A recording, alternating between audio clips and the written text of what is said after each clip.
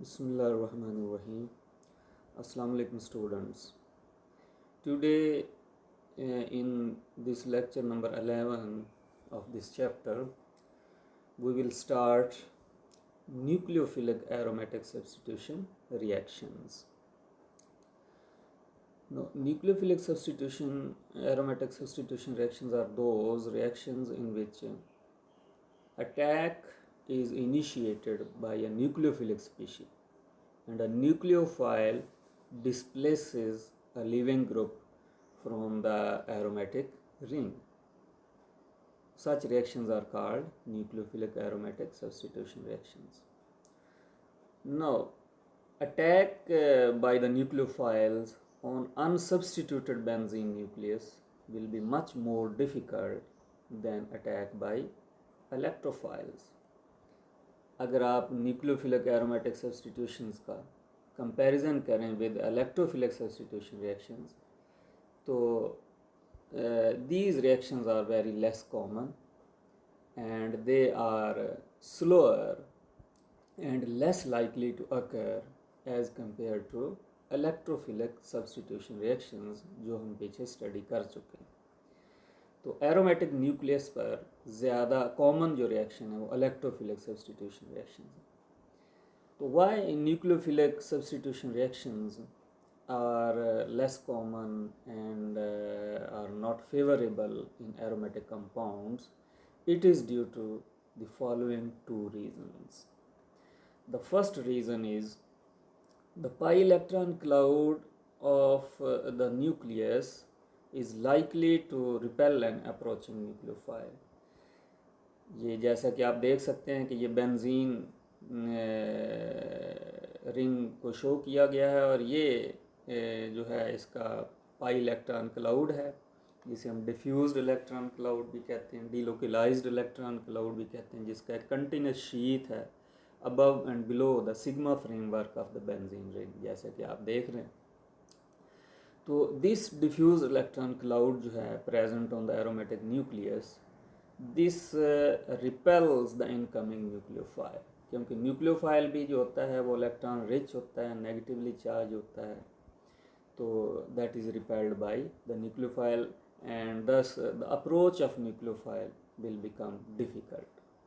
And other reason is the pi orbital system is much less capable of delocalizing and so stabilizing the two extra electrons in the negatively charged intermediate than the positively charged valent intermediate. अगर nucleophilic attack होता है आप देख सकते हैं तो ये वाला इंटरमीडिएट होगा जो कि नेगेटिवली चार्ज्ड होगा और इसमें जो है सारे रेजोनेंस स्ट्रक्चर्स में नेगेटिव चार्ज होगा ऑन द कार्बन एटम, इस कार्बन पर होगा, इस कार्बन पर होगा और इस कार्बन पर होगा. तो इसमें ये एक्स्ट्रा पेयर ऑफ इलेक्ट्रॉन है जो कि इस न्यूक्लियस को, इस रिंग को अकोमोडेट करना पड़ता है.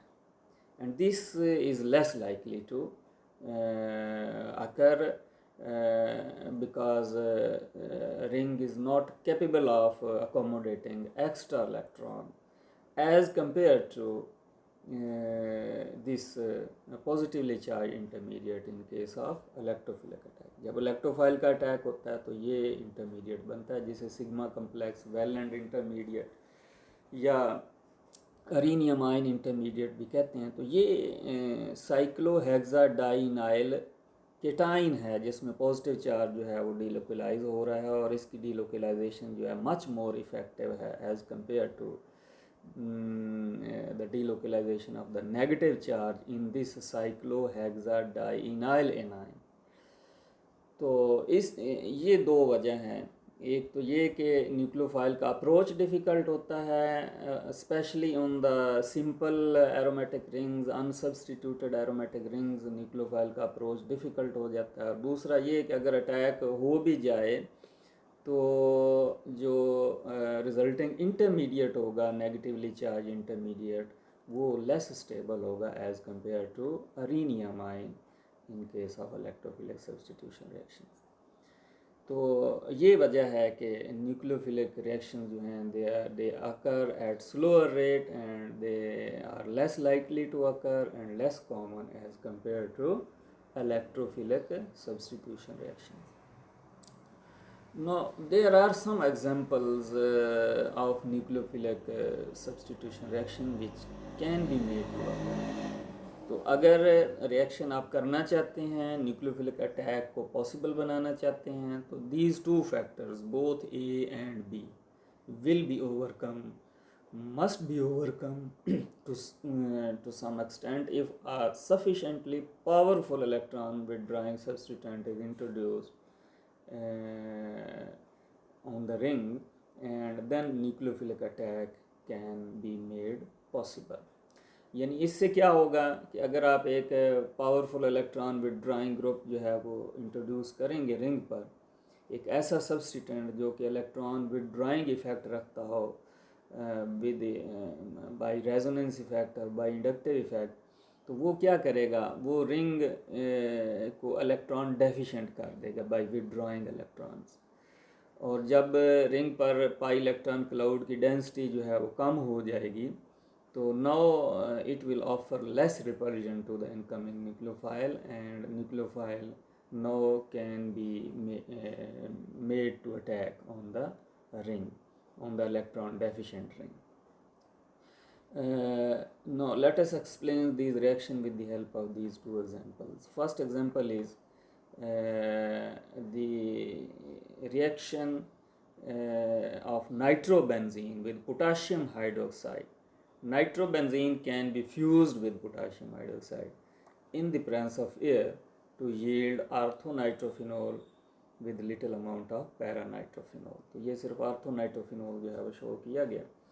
तो इसमें ये होगा कि when they are fused, the hydroxide ion जो है that attacks on two position, ortho position, और ortho position this time जो है वो फेवरेबल साइट होगी, पोजीशन होगी फॉर अटैक, बिकॉज जैसा कि आप देख रहे हैं कि इस अटैक के नतीजे में ये नेगेटिव चार्ज इस ऑक्सीजन पर ये जा रहा है, negative charge is accommodated on the oxygen, और it can be only possible if attack occurs at 2 position और 4 पोजीशन।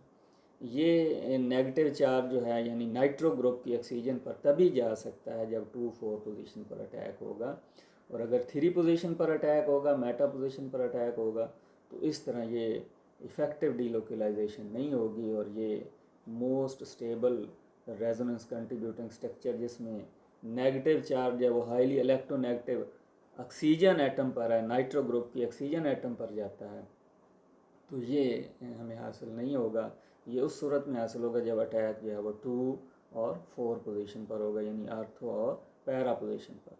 तो अब जब आर्थो पोजीशन पर अटैक होगा और ये इंटरमीडिएट स्टेबलाइज्ड इंटरमीडिएट इस तरह बनेगा, तो बाद में इसमें से ये लॉस ऑफ हाइड्राइड आयन जो है वो होगा, which will lead to the formation of ortho nitrophenol.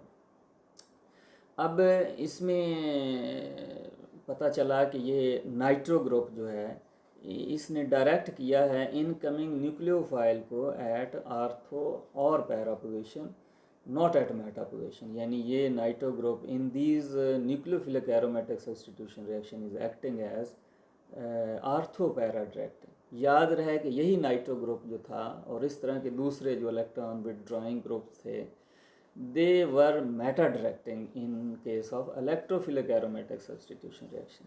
लेकिन यहाँ जो ओरिएंटेशन जो है ऑल टुगेदर रिवर्स हो गई है, वही मेटा डायरेक्टिंग ग्रुप जो इलेक्ट्रोफिलिक सब्स्टिट्यूशन में होते हैं लाइक नाइट्रो, ये अब आर्थो पैरा डायरेक्टिंग ग्रुप बन जाते हैं, क्योंकि नो आर्थो पैरा अटैक के केस में जो इंटरमीडिएट होगा वो स्टेबल इंटरमीडिएट बनेगा। तो अब इसमें ये जो इंटरमीडिएट है ये आगे प्रोडक्ट कैसे बनाता है, intermediate forms the product by the loss of hydride ion, और हाइड्राइड आयन के बारे में ये है कि it is a poor leaving group unlike the H positive ion which leaves in case of electrophilic aromatic substitution reaction, उसके मुकाबले में ये एक पुअर लिविंग ग्रुप है, वेरी रिएक्टिव होता है, बट इट्स होगा, but its leaving tendency is increased by the presence of ये एयर एजेंट्स की बजाय ऑक्सीडाइजिंग एजेंट्स जो है होगा, like air, potassium nitrate and potassium ferricyanide. तो ये ऑक्सीडाइजिंग एजेंट जो हैं they are required for increasing its leaving tendency, क्योंकि ये हाइड्राइड आयन जो है, ये ऑक्सीडाइजिंग एजेंट इस हाइड्राइड आयन को as soon as its breaks off, ये उसको हाइड्रोजन में ऑक्सीडाइज कर देते हैं और इस तरह पोजीशन ऑफ इक्विलिब्रियम जो है वो प्रोडक्ट वाली साइड पे शिफ्ट हो जाती है और रिएक्शन जो है दैट इज़ मेड पॉसिबल।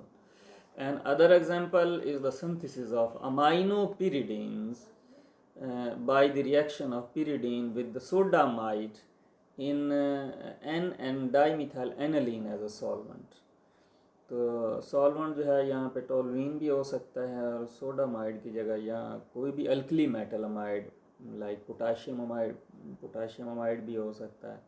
तो ये these are very strong bases and they can be used in this reaction. This reaction is called Shishi-Babban reaction. Now अगर हम इस रिएक्शन के मैकेनिज्म की तरफ आएँ, how does this reaction occur, तो reaction is initiated by the attack of nucleophile at 2 position of the pyridine। तो इसमें भी आप देख लें ये pyridine है और pyridine की ये नाइट्रोजन वाली जो पोजीशन है ये 1 पोजीशन और ये 2 पोजीशन है, तो 2 पोजीशन पर न्यूक्लियोफाइल का अटैक होगा। और ये इसलिए है, अगेन आप देख सकते हैं कि ये आर्थो पोजीशन बनती है, अगर ये सब्स्टिट्यूएंट होता तो इसको हम आर्थो पोजीशन कहते हैं। तो बहरहाल ये 2 पोजीशन पर फेवरेबली अटैक होगा, क्योंकि इसके नतीजे में आप देख रहे हैं कि negative charge electronegative nitrogen atom पर आ रहा है। और अगर ये 3 पोजीशन पर हो तो फिर ये वाला जो इंटरमीडिएट जिसमें नेगेटिव चार्ज नाइट्रोजन पर होगा तो ये वाला हमें हासिल नहीं होगा। तो यही वजह है कि अटैक प्रेफरेबली जो है वो 2 पोजीशन पर होता है और फिर इसमें से इस नेगेटिवली चार्ज इंटरमीडिएट में से ये हाइड्राइड आयन का लॉस होता है।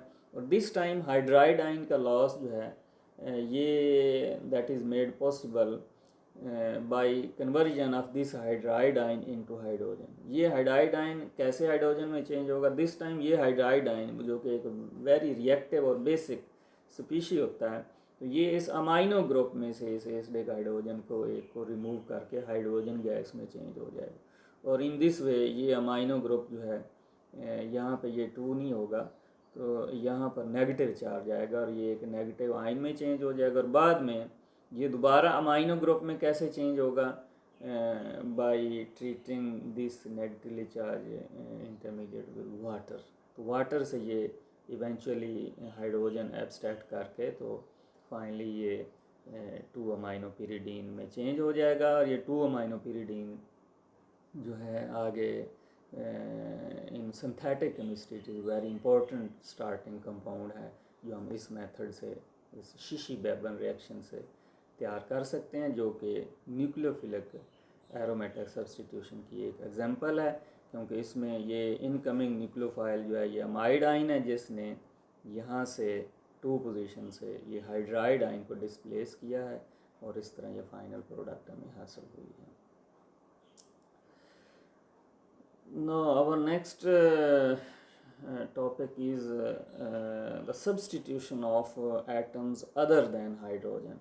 अभी तक ये पिछली 2 एग्जांपल्स में हमने ये पढ़ा है कि न्यूक्लियोफाइल जो है अंडर स्पेशल सर्कमस्टांसेस एक poor leaving group hydride ion को डिस्प्लेस करता है, बट ये हाइड्राइड आयन जो है in contrast to the hydrogen ion is a very poor leaving group Indeed.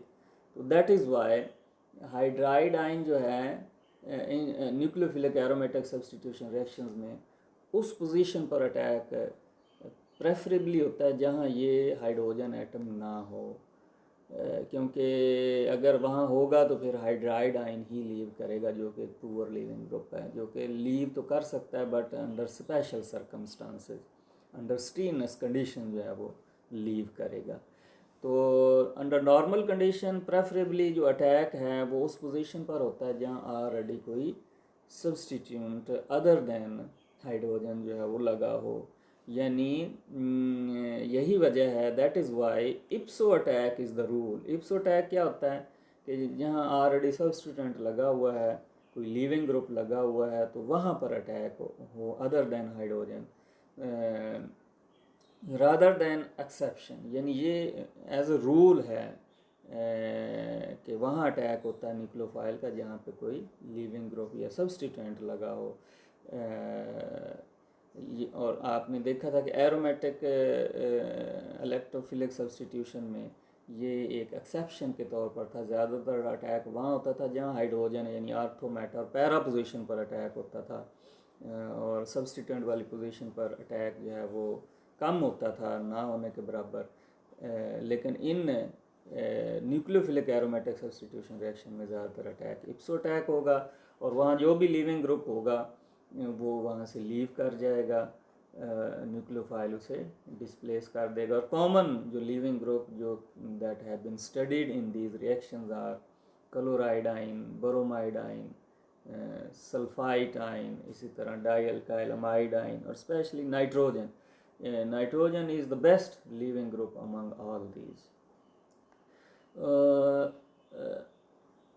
Now, nucleophilic aromatic substitutions take place by three different mechanisms. जो भी nucleophilic substitution reaction study की गए हैं, तो they have been found to follow three different mechanisms, जिनमें सबसे पहला mechanism जो है वो SN1 मैकेनिज़्म है। और ये मैकेनिज़्म कहाँ पाया गया है? When diazonium salts are treated with variety of nucleophiles, तो nitrogen is displaced by the nucleophile. तो ये डाइएजोनियम साल्ट है, डाइएजोनियम साल्ट का पॉजिटिव आयन है जिसे हम डाइएजोकेटाइन कहेंगे। तो when such salts are treated with different variety of nucleophile, these nucleophile they displace this group in the form of nitrogen, and in this way this substitution product is formed. Now diazonium salt आप पता है, पहले हम डाइएजो coupling में भी discuss कर चुके हैं कि they are found by treating primary aromatic amines with nitrous acid, जो कि सोडियम नाइट्राइट और HCl के रिएक्शन से इन सिटो कंडीशन में जनरेट होता है।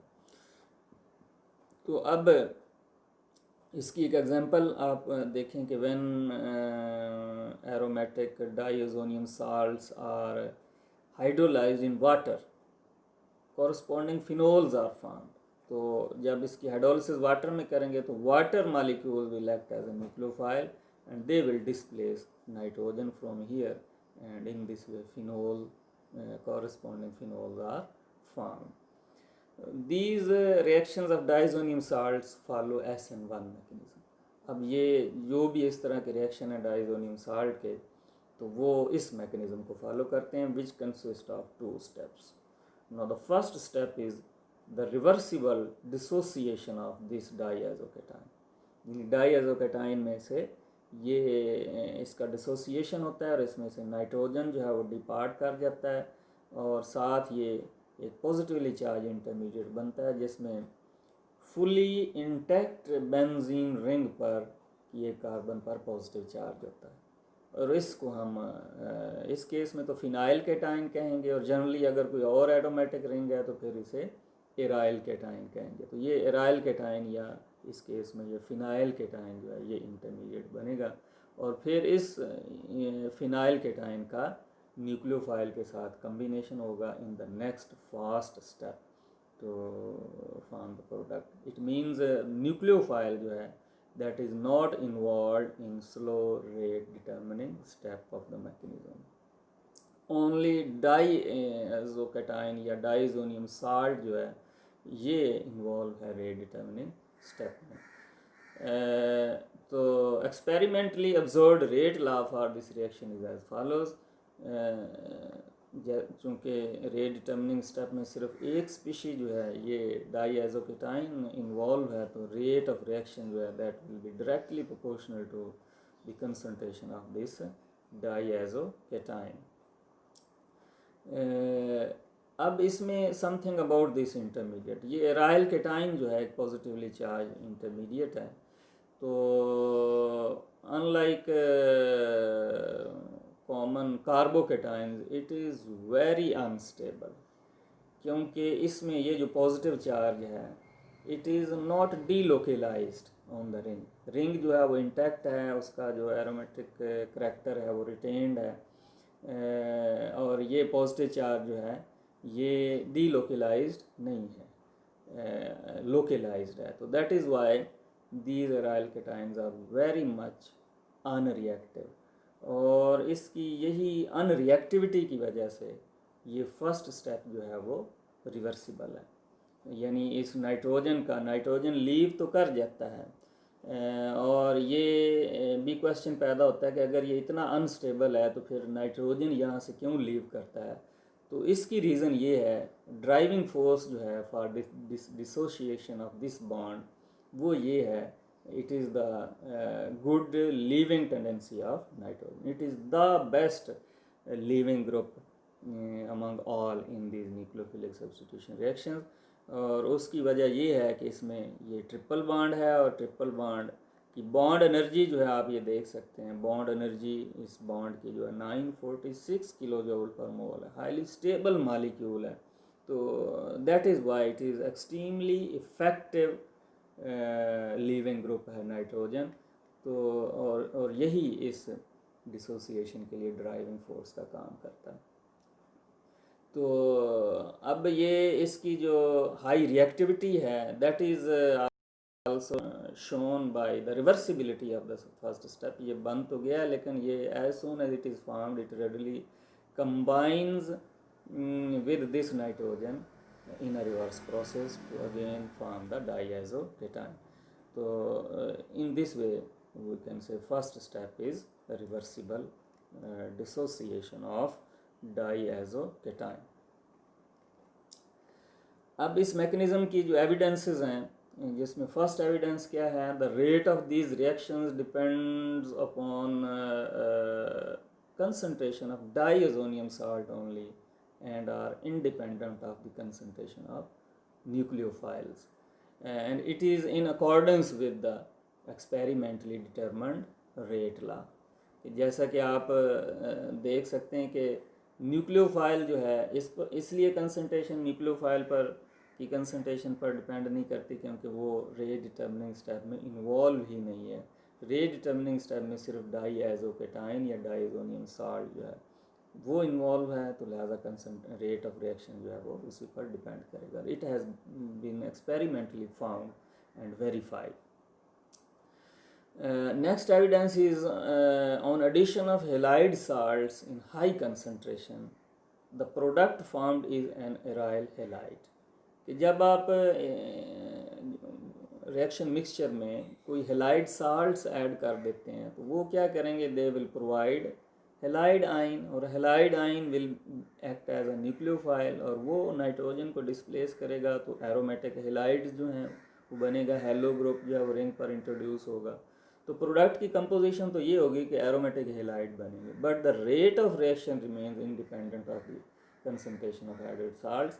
तो अब रेट जो है वो इंडिपेंडेंट इसलिए होगा क्योंकि ये हेलाइड आइन न्यूक्लियोफाइल जो होगा वो रेट डिटर्मिनिंग स्टेप में इन्वॉल्व नहीं है। इसी तरह ये थर्ड एविडेंस जो है, the effects of ring substituents on the rate of reaction are consistent with the unimolecular rate cleavage. तो इसमें जो रेट डिटर्मिनिंग स्टेप में क्लीवेज हो रही है वो उसमें एक मालिक्यूल इन्वॉल्व है, तो लिहाजा ये यूनिमॉलिक्यूलर प्रोसेस है, और यही इसका रेट डिटर्मिनिंग स्टेप है, फर्स्ट स्टेप जो कि रिवर्सिबल है। अब ये एरोमेटिक रिंग पर अगर कोई सब्सटीट्यूएंट्स लगे हुए हैं, कोई इलेक्ट्रॉन डोनेटिंग भी हो सकते हैं, इलेक्ट्रॉन विड्रॉइंग भी हो सकते हैं, तो वो स्टेबलाइजिंग या डीस्टेबलाइजिंग होंगे। फिनाइल कैटाइन को जो इलेक्ट्रॉन डोनेटिंग होंगे वो स्टेबलाइज करेंगे, जो विड्रॉइंग सब्सटीट्यूएंट होंगे वो डीस्टेबलाइज करेंगे। तो ये it was found consistent with the unimolecular rate cleavage. इस तरह के जो जब डोनेटिंग ग्रुप लगाए गए तो वो उन्होंने रेट को इंक्रीज़ कर देते हैं क्योंकि फिनाइल कैटाइन जो स्टेबलाइज होता है, और जब विड्रॉइंग ग्रुप लगाए जाते हैं एरोमेटिक रिंग पर, डाईएज़ोकेटाइन का जो रिंग है एरोमेटिक रिंग उस पर, तो फिर जो है वो फिनाइल केटाइन को डिस्टेबलाइज करेंगे और इस तरह रेट जो है वो स्लो हो जाएगा. Now finally evidence is that first step is reversible. So this reversibility of the first step was demonstrated, was explained, was verified by observing the partial scrambling of N15 label when isotopically labeled benzene diazonium N15 fluoroborate was hydrolyzed. जैसा कि ये example में आप देख सकते हैं कि ये डाइजोनियम साल्ट है. डाइजोनियम साल्ट कौन सा है? बेंजीन डाइजोनियम N15 फ्लोरोबोरेट, जिसमें ये नाइट्रोजन जो है that was labelled with heavy isotope N15. Normally nitrogen जो है वो N14 होता है जो नॉर्मल आइसोटोप होता है, तो ये इसका हैवी आइसोटोप के साथ इसको लेबल कर दिया गया है. तो अब ये जो लेबल्ड डाइजोनियम साल्ट है ये वाला, इसको जब हीट किया गया तो इट वाज फाउंड कि इसमें ये जो आइसोमराइजेशन इसकी हो गई है और इसमें अब इसमें तो जो डायरेक्टली लिंक्ड नाइट्रोजन है वो N14 है, तो बाद में ये दोनों के मिक्सचर में चेंज हो गया जिसमें इसमें ये जो नाइट्रोजन है वो N15 जो है वो रिंग के साथ डायरेक्टली लिंक्ड है. तो ये कैसे मिक्सचर में हमें हासिल हो गया? और this can only B obtained by the can be explained, इसकी प्रेजेंस जो है can be justified by the reversibility of the first step. जैसा कि ये शो किया गया, ये इसका पहला स्टेप है होगा कि जब यहाँ से ये इसका डिसोसिएशन होता है तो इस तरह ये नाइट्रोजन जो है वो फ्री हो जाता है और इराइल केटाइन बनता है. अब ये फिनाइल केटाइन जो है ये रिवर्सिबली इस नाइट्रोजन के साथ दोबारा रिकम्बिनेशन इसका होता है due to its high reactivity. जब रिकम्बिनेशन होगा तो अब हमारे पास दो ऑप्शन है. एक ये नाइट्रोजन है, यहाँ से इस लोन पेयर के ज़रिए यहाँ अटैक हो सकता है और इसका बॉन्ड बन जाएगा, तो इस केस में हमें वही स्टार्टिंग कंपाउंड हासिल होगा.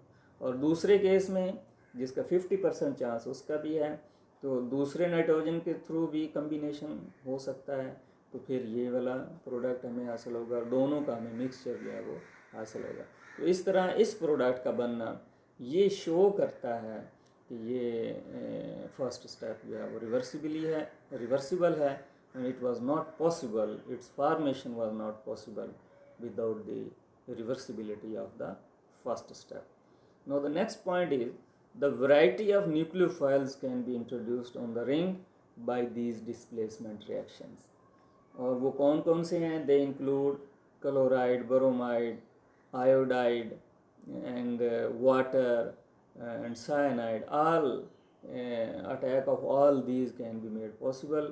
All these can be introduced on the aromatic ring in Sandmeyer reactions. All these reactions are called diazonium salt के ये जो रिएक्शन है जिसमें न्यूक्लियोफाइल इंट्रोड्यूस होते हैं तो सैंडमियर रिएक्शंस कहते हैं. और इनमें पर्टिकुलरली जिसका भी यहाँ इनमें ज़िक्र नहीं है, useful displacement reaction on these diazonium salts is introduction of fluorine into the benzene. आप इन रिएक्शन के ज़रिए एक ऐसा ग्रुप यानी फ्लोरो ग्रुप जो है वो रिंग एरोमेटिक रिंग पर इंट्रोड्यूस कर सकते हैं which was not possible by the direct reaction of benzene with the fluorine. जैसे बेंजीन पर क्लोरो ग्रुप, ब्रोमो ग्रुप, ये तो आप डायरेक्ट क्लोरीन या ब्रोमीन से भी रिएक्शन करवा के तो इंट्रोड्यूस करवा सकते हैं, लेकिन फ्लोरीन का डायरेक्ट रिएक्शन जो है ये हाईली एक्सप्लोसिव और हाईली वायलेंट रिएक्शन है और इस वजह से हम फ्लोरो ग्रुप जो है फ्लोरीन के साथ रिएक्ट करवा के तो इंट्रोड्यूस नहीं करवा सकते. अब फ्लोरोबेंजीन अगर आपने बनाना है जिसमें एरोमेटिक रिंग में फ्लोरो ग्रुप इंट्रोड्यूस हुआ है तो इसके लिए आप ये वाला मेथड यूज़ कर सकते हैं कि आप ये वाला बेंजीन डाइएजोनियम फ्लोरोबोरेट ये डाइजोनियम साल्ट जो है वो यूज़ करें और इसको सिंपली हीट करें. तो इसको जब हीट करेंगे तो यहाँ से उसी तरह यहाँ से डिसोसिएशन होगी, डिसोसिएशन के नतीजे में ये नाइट्रोजन जो है इसमें से फ्री हो जाएगा और इस टेट्राफ्लोरोबोरेट आयन जो है ये भी फ्री हो जाएगा।